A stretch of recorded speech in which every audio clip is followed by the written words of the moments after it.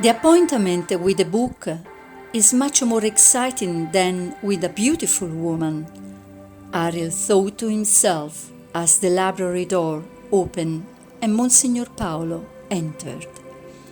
"Hi, Ariel, everything okay?" the priest asked, scrutinizing him. "Of course, everything is in the place where it should be," Ariel replied with a hint of irony, trying to hide the embarrassment. "Well, your collaboration will certainly benefit many people," concluded the priest. "What is trying to tell me with those words?" thought Ariel. "Is on our side? What does he know about a collaboration for a global project?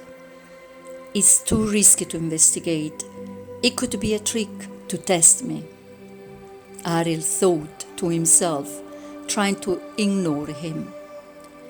Then, at the closing time, he tied everything up before leaving. He was anxious to continue reading the book of mysteries, so he cautiously left the room, like every evening, towards the exit of the place. Roberto was waiting for him at home.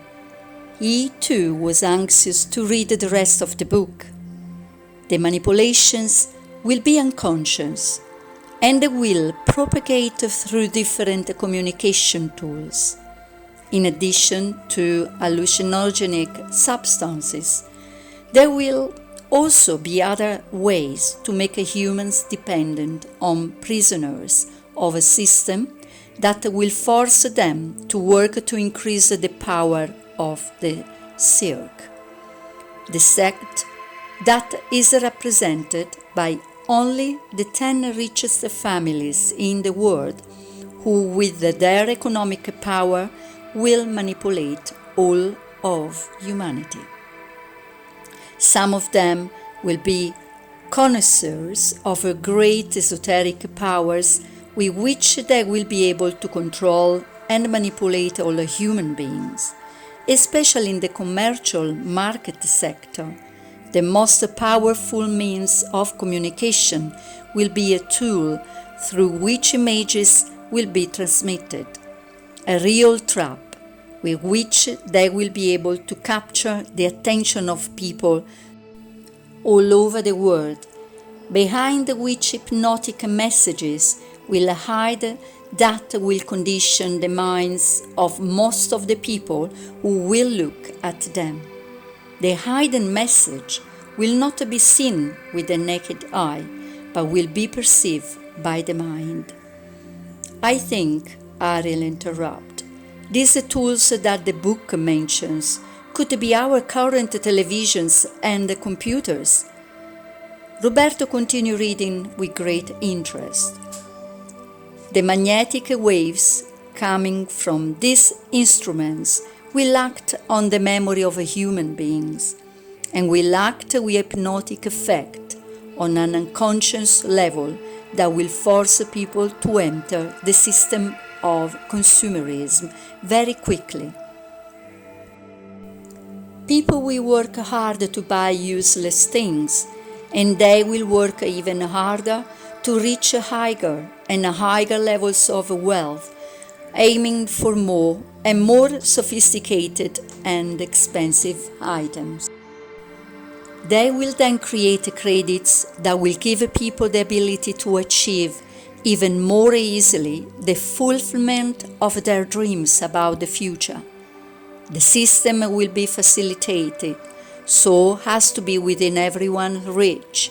This will be the trap of the century, from which it will be impossible to escape. Money will be produced to induce people to leave behind their basic needs and to earn more and more in order to use the money itself to create debt through a system of legalized loaning. Here, it definitely talks about our current banking system, considering that many people live with debt perpetually. I wonder if perhaps the book also predicted the credit card, given that whoever owns it easily falls into the vicious circle of which this chapter speaks, Roberto noted. It seems like a lot of important things have been foretold in this book, Ariel reiterated. Let's see what else it tells us about money, Roberto said, continuing to read. Many will be forced to find a solution to their debts by trying to escape from their legal contribution, with the consequent breaking of the delicate balance that regulates the well-being of a family, and on a large scale also that of a whole nation. The consequence will be disastrous. There will be many families destroyed by legal persecution.